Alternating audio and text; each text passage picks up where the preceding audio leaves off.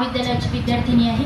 माझा परिसंवादचा विषय आहे पितृसत्ताकचे समकालीन स्वरूप। तर सर्वप्रथम आपण समजून घेऊया पितृसत्ताक काय आहे आणि याचं बदलतं स्वरूप काय। तर आधी पितृसत्ताचा अर्थ होता पितृ म्हणजेच पिता आणि सत्ता म्हणजे त्याचा रूल चालेल, त्याचा नियम असणार। पण आता त्याचं स्वरूप बदललेलं आहे। आता झालेलं आहे ते पुरुषांची सत्ता, द रूल ऑफ मॅन। आता ते पार्लिमेंट मध्ये असो, युनिव्हर्सिटी मध्ये असो, एज्युकेशनल इन्स्टिट्यूट मध्ये असो किंवा समाजामध्ये असो, ती आपल्याला दिसते पितृसत्ता, पुरुष प्रधान संस्कृती। त्यामुळेच आपल्या महाराष्ट्राची आपल्याला एकही महिला मुख्यमंत्री अजून पाहायला मिळाली नाही। फक्त आपण गप्प बसावं, चूप बसावं, जास्त उतावळेपणा करू नये म्हणून आपल्याला 5-10% काय आरक्षण दिलं जातं आणि जास्तीत जास्त लाडकी बहीण दिली जाते। एवढं आपल्याला इथं असं नाही की हे फक्त महाराष्ट्रापुरतं लिमिटेड आहे, इंडियापुरतं लिमिटेड आहे। ग्लोबल लेवलवरती पुरुष सत्ता आहे, कारण स्त्रियांना एज्युकेशन इन्स्टिट्यूटमध्ये जासाठी कॅम्ब्रिज किंवा हार्वर्ड युनिव्हर्सिटीमध्ये एकदम खूप जास्त वर्ष लागली। आपल्यापर्यंत शिक्षण पोहोचायला अगदी 3000 पर्यंतचा कालखंड लागला, बरोबर आहे। आणि हे पितृसत्ता इथपर्यंत आपल्याला शिक्षणापासून वंचित ठेवणारी, आर्थिक सत्तेपासून, राजकीय सत्तेपासून आपल्याला वंचित ठेवणारी ठरते। पितृसत्ता आपल्याला काय शिकवते? पितृसत्ता शिकवते मुलांनी रडायचं नाही आणि मुलींनी लढायचं नाही, बरोबर आहे। आणि पितृसत्ता कसं नाही की पितृसत्ता फक्त पुरुषच पाडतात। आपण स्त्रिया तर पितृसत्तेचे एवढे जास्त भक्त की नवरा मेला की सती जायचं। आता नाही आहे ती प्रथा, पण मेरा पती मेरा परमेश्वर हे। आता आपल्याला सतीची जी मंदिरं पाहायला मिळतात ना, ते ऍक्च्युअली सतीची मंदिर नसून ती पितृसत्ताकचं सर्वात मोठं उदाहरण आपल्या समोर दिसते आणि आपण आताही सती मातेची पूजा करतो, म्हणजे आपण पितृसत्ताकचा बळी आहोत, बरोबर आहे। हजबंड या शब्दाचा अर्थ आहे कंट्रोलर। चांगली डिक्शनरी बघा तुम्ही, एकदम गुड डिक्शनरी त्यामध्ये दिसेल तुम्हाला हजबंडचा अर्थ होतो कंट्रोलर। आणि फॅमिलीला हजबंड कंट्रोलर नको हो, आपल्याला जीवनसाथी पाहिजे असते। Family needs partner, not masters और कंट्रोलर। आणि ॲनिमल हजबंडरी हा शब्द पण हजबंड या शब्दापासूनच तयार झालेला आहे, बरोबर आहे। पितृसत्ताकचं एवढं स्वरूप आपल्याला, विस्तृत स्वरूप आपल्याला पाहायला मिळतंय। आजही जेव्हा आपल्या देशामध्ये 6 वर्षाच्या मुलींवर बलात्कार होतो तेव्हा आपल्याला लक्षात येतो त्या माणसाच्या आतमधलं काहीतरी तुटलेलं आहे, काहीतरी मेलेलं आहे, म्हणून तो इतका नीच दर्जाचं काम करतो। त्याचा ना त्याच्या शरीराशी संबंध असतो, त्याचा ना त्याच्या भावनेशी संबंध असतो, त्याचा संबंध असतो तो फक्त आणि फक्त पुरुष सत्तेशी।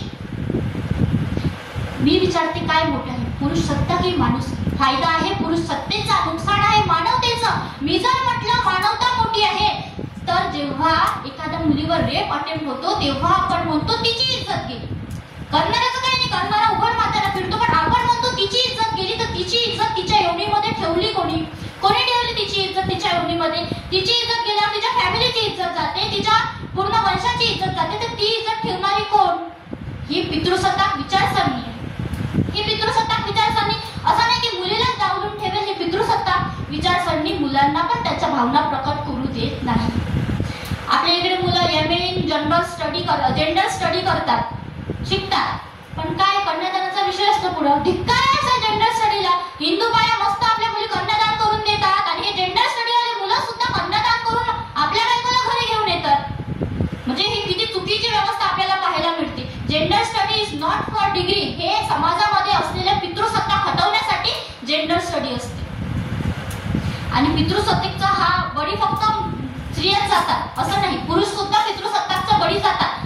पुरुषांना पितृसत्ताक आपले बॅड इमोशन, आपले निगेटिव्ह इमोशन व्यक्त करू देत नाही, प्रकट करू देत नाही। त्यामुळे त्याच्या भावना अंदरच मरून जातात, त्यांच्या आतमध्येच ते कुठेतरी बुडत राहतात। म्हणून NCRP डेटा देते की सर्वात जास्त आत्महत्या आपल्या इकडे कोण करतात? तर पुरुष करतात। सर्वात जास्त हृदयविकाराचे झटके कोणाला येतात? तर पुरुषांना येतात। तर हे पितृसत्ताकचं हे पण एक माणसाच्या दृष्टीने होणारा तोटा आहे।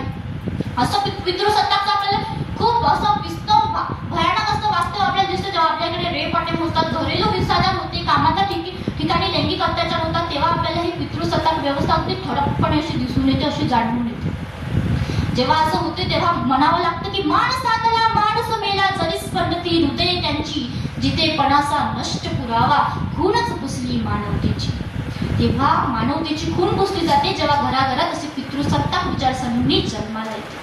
आणि अशी पितृसत्ताक विचारसरणी जर जन्माला घालायची नसेल तर आपल्याला स्त्रीवाद पेरावा लागेल। जर आपण स्त्रीवाद पेरू तर मग पितृसत्ताक व्यवस्था गहाण होऊन जाईल। आताही आपली मुलगी 6च्या नंतर घराच्या बाहेर आपल्याला निघू दिलं जात नाही. का बरं 1947 नंतर असा नियम आला का की इंडियन कॉन्स्टिट्यूशन मध्ये लिहिलेलं आहे की 6च्या नंतर बायांनी घराच्या बाहेर पडू नये, 6 ते 7 ते तिनं ड्युटी करावी. भारतीय राज्यघटनेचं कलम 14 कायद्यासमोर सर्वांना समानता प्रदान करते. तर कलम 15 धर्म, लिंग, वंश, जात यापासून भेदाभेद करण्यास प्रतिबंध करते. मग तरी सुद्धा आपल्याकडे पितृसत्ता झोपवणारे कोण असते? तर हे आपला समाज असतो की जो एकाच पद्धतीने, एकाच आयडिओलॉजीने, एकाच मानसिकतेने अजूनही जगत आहे. त्या काळापासून आज या काळापर्यंत पितृसत्तेचं स्वरूप जरी आपल्याला बदलतं दिसतं, जरी आपल्याला वाटतं की नाही मुली सर्व क्षेत्रात पुढे आहे, पण तरी आपण मुलीला प्रश्न केला की तुला मुलगा कसा पाहिजे, ती म्हणते केअरिंग. ती स्वतःची केअर करू शकत नाही, तिला मुलगा केअरिंग पाहिजे. मुलगा की दुसऱ्या खूपी कोणती, तर मी 1 लाख कमावते, तो 2 लाख कमवायला असला पाहिजे. म्हणजे तुम्ही पण कुठेतरी विचार करता की तुमचा नवरा तुमच्यापेक्षा वरचढ असला पाहिजे, तुमच्यापेक्षा मोठा असला पाहिजे. अशी मुली कोणी, म्हणजे काही पर्सेंटेज मुली सापडतील की त्या म्हणतील की नाही मी 2 लाख कमावते, तो 1 लाख कमावला असता तरी चालते.